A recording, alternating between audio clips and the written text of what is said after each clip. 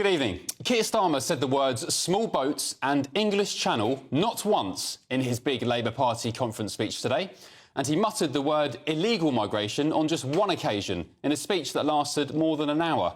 Instead, he made the tone-deaf assumption that Britain's objection to immigration is simply about skin colour. And to those who say that the only way to love your country is to hate your neighbour because they look different, I say, not only do we reject you, we know that you will never win because the British values we stand for, not just the rule of law, but a love for this country and our neighbours, the respect for difference under the same flag that is stronger than bricks, and you know it. It's what you cannot stand about our country, our reasonable, tolerant country, but it's absolutely who we are. So make no mistake, the next general election will be fought on one single issue, immigration and leaving the ECHR. And Labour better understand this sharpish if they want to keep hold of power, because right now the PM is completely out of touch with Britain. Most sane-minded people do not care about skin colour.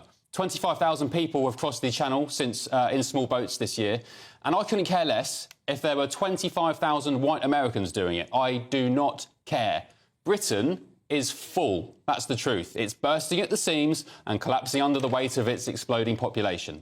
The concern isn't about skin colour, it's about our schools and hospitals and housing being overwhelmed with too many people, and the grave national security risk undocumented illegal migrants pose us. Nobody, barring a few idiots, care about skin colour. And brushing off concerns about legal and illegal migration by suggesting that is, quite frankly, all it's about, is lazy at best and worst, stupid. Yvette Cooper didn't do much better in her speech earlier in the day either. Her delivery was 1,800 words long. And guess how many times she mentioned the word immigration? 4 times. Guess how many times she uttered the word migration? 6 times. So that's 10.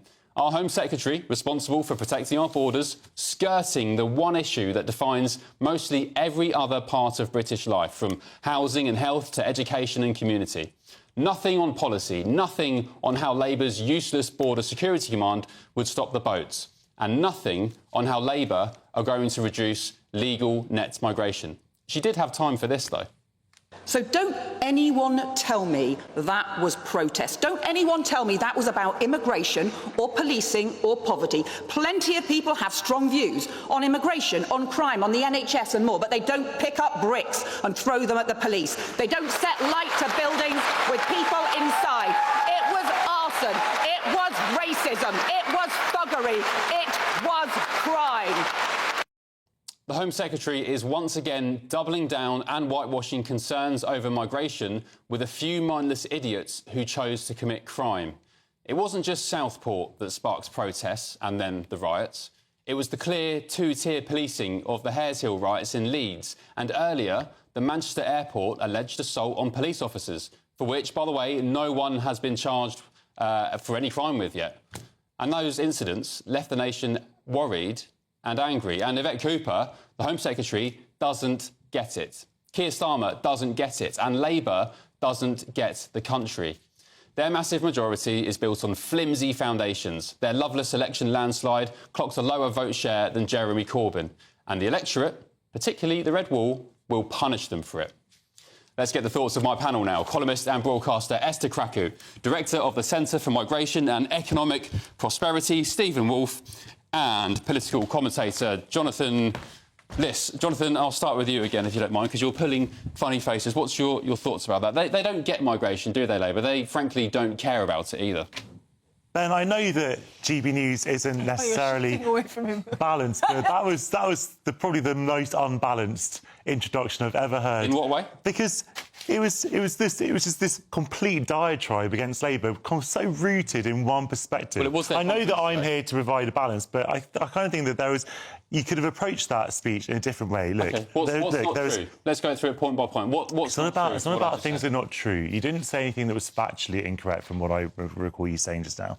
But I think that the way that you frame it is not necessarily helpful to conduce to a constructive debate. Clearly, there are a lot of people in this country who are racist. There are a lot of racists in this country. I don't think it's politically... Look, I'm not saying it's... We haven't got any evidence there's a lot of people who are racist. Stephen, I mean, come on, that's a huge... No, look, there are people... I think it's the opposite. I think it's a small number of people who are racist. I'm glad you think that. I happen to think there are actually more people than is... And, yeah, I'm often accused of being politically correct and snowflakey, woke, whatever, but when I dare to say something that I think is the truth, people shout me down and say, no, that's not true, that's not true. Well, I'm sorry, I think it is true. So now, I'm not saying that I'm not saying that everyone who is concerned about immigration is racist. I'm not saying that. But I also think it's completely legitimate for the Prime Minister to point out there are a lot of people who don't like their neighbours because of the way they look or the way they dress or the different culture they might have. I agree. That's legitimate for him to point out. But the point is they're doing that and then not addressing the legitimate concerns about migration. But they are. Starmer literally said in his speech that he wants to bring down net migration. And obviously, net migration is an interesting term because it means that you're having to regulate the people who leave the country as well as the people who come in. But he does want to do that. Now, I actually am much less concerned about immigration than Starmer is. But he is acknowledging that migration is an issue. He's just picking up on the people who are racist, which is fine. I think it's one of the interesting things that you mentioned was about... you know, where these voters, the voters that feel like the Labour Party are such, are going to go, because they're certainly not going to go further left. The people that, as you say, are rightfully concerned about immigration levels being too high, or the fact that immigrants that are coming into this country are not socially integrating. You have communities that are living parallel lives alongside the rest of us, which is a problem, because if you don't know your neighbour, you're less likely to like them. If you feel like your neighbour hasn't bought into British values, you're thinking, what is actually going on here? Who's in control? And the reality is the actual implications of this are more severe than people think. They're not going to go further to the left, right?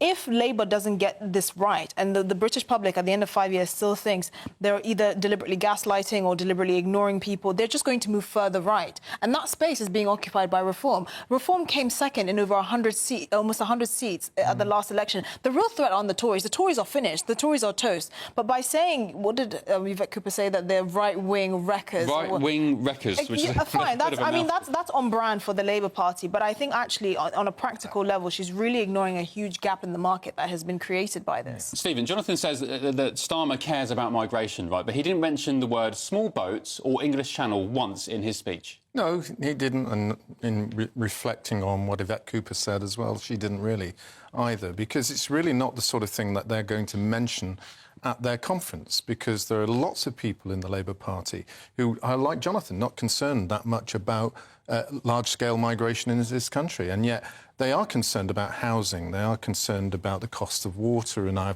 public services, they are concerned about... How do you disconnect the two? Well, how do you disconnect high levels of migration? Well, I was going to say there's a cognizant dissonance that's within the Labour Party and the socialists as a whole, who cannot understand that mass migration plus population is the driver in today's Britain of all the costs that are impacting all of society. Okay, Stephen, look, we know, Stephen, we all know, and you know particularly, that the biggest chunk of migration in this country is people who are being let in by the government. And the reason they're being let in by the government is that they are here to fulfil gaps in our economy. The government has the right, by the way, it had the right to do this before Brexit as well, in many cases, but it certainly has the right now to turn down pretty much anyone that it doesn't want in this country. But it's not doing that, so we focus the government, the Conservative government, focused on the irregular or illegal migration, if you want to call it that, because that was it's always been called, Jonathan. No, it's... You're just doing what Starmer does and Labour are doing now, in some bizarre twist where they're saying irregular migration. Irregular is a neutral term. Illegal migration is a loaded term. It's a term that's been introduced by the EU, but actually when you're doing statistics, there is very clear delineal lines between legal and illegal migration. Well, whatever... And that's where we're coming at. The point that we've got to look at is, you're right that the Conservative Party made a massive mistake with some of its ways that it opened up legal migration, particularly when you allowed families of students to come across, particularly when you allowed families of people who got visas. They are massive problems too. But the overall picture is that we've led to huge population growth, 10 million people in over 20 years connected to it. Two-thirds of all births in this country are caused by people who've come here in the last few years, who are migrants. all of those have an impact on the health service. Two-thirds? What are you saying? Two-thirds of all births people born are born to people who weren't born. Is that what you're saying? That's right. No, you didn't say that. You didn't say to people native. Wait, so in the last few years, so recent immigrants or people who might have been born elsewhere? And it doesn't really matter. The statistics. Well, it does matter. Otherwise, the statistics useless. Over the last 3 years, population growth has been driven 95% my parents weren't born here. Is that a problem? You're missing was the my point. grandmother, but we're talking about today's figures, not about those when we didn't have the mass levels of population, when we were recovering after the Second World War, for example. What you have is the huge population growth being pushed because of migration. And then you look at housing, then you look at the cost of everything that's impacting our society. You cannot take it away. And why Starmer is wrong is because he says, I'm interested in it, I'm concerned about it, but the policies they're currently talking about are not really practical enough to deal with it. And the reason why it comes back to the vast majority of the Labour Party members are not as concerned about immigration because for some reason it doesn't impact them. Jonathan, that's not true. It doesn't impact them. They might just happen to agree with it. Let me just pick you up on a point. You said that you mentioned that migration was good for the economy. They're filling holes in the economy. Well, GDP per capita has been contracting for many, many years now, all while population has been exploding. So how do you square that circle?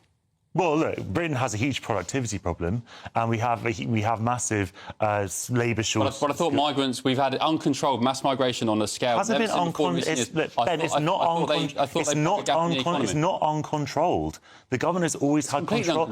It's literally not uncontrolled. If you've ever been to an airport in this country, you'll know there is someone, literally, even if you're British, who is checking that you have the right to come into this country. It's non-open border. It never has been. And if we hadn't had all those people coming in to work in our NHS or to work in the care sector or to go to our universities, because our universities are on the brink of failure, then it would have been even worse, I guarantee you. Well, some of them should perhaps, because we've been over-reliant on bringing people in from different countries to kind of sustain this kind of growth that was there. But when you look at the numbers coming in, you talk about 1.6 million people who've claimed asylum and been granted the right to remain in this country who are unemployed, who are not working. Esther, so we've had people coming into this country that are just not filling. Well, asylum seekers aren't allowed to. Of course we have employment problems and skills problems in all walks. I think it's interesting that we talk about migrants filling the gaps in our economy. No one's talking about actually let's invest in British people, British workers. Let's pay them more. Because here's the thing: the argument that many people, and I don't want to say on the left, but many people say about sort of migration and these genderless widgets that are not human beings, that apparently don't come with values and a culture that may or may not be compatible with Britain, is this idea that they're just going to do these jobs like they're a bunch of robots. But the argument is never actually, instead of importing in thousands of people to work in the care sector, for instance, for £20,000 a year, why don't we actually pay carers more? Why can't we have both? British workers? No, because the thing is, you can't have both if the argument is, oh, we need more people to fill these gaps. How then do you simultaneously say, let's pay British people more? You can't have both. You have to. As we got more people in, they become older. Esther, the point that I would add to that is that I'd never approach migration from an economic perspective only. I think it's a huge social and cultural good, and I will defend that point. OK. All right. Thank you.